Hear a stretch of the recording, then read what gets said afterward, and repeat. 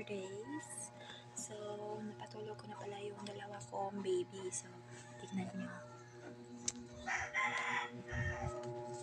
Ito na pala yung panganay, tsaka ito yung bunso. Ayan o.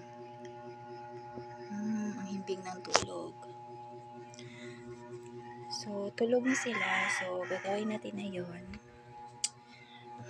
Ano man ako, mag-relax muna ako kasi nakakapagod pala kapag dalawa yung inalagaan mo, diba? Relax muna ako dito.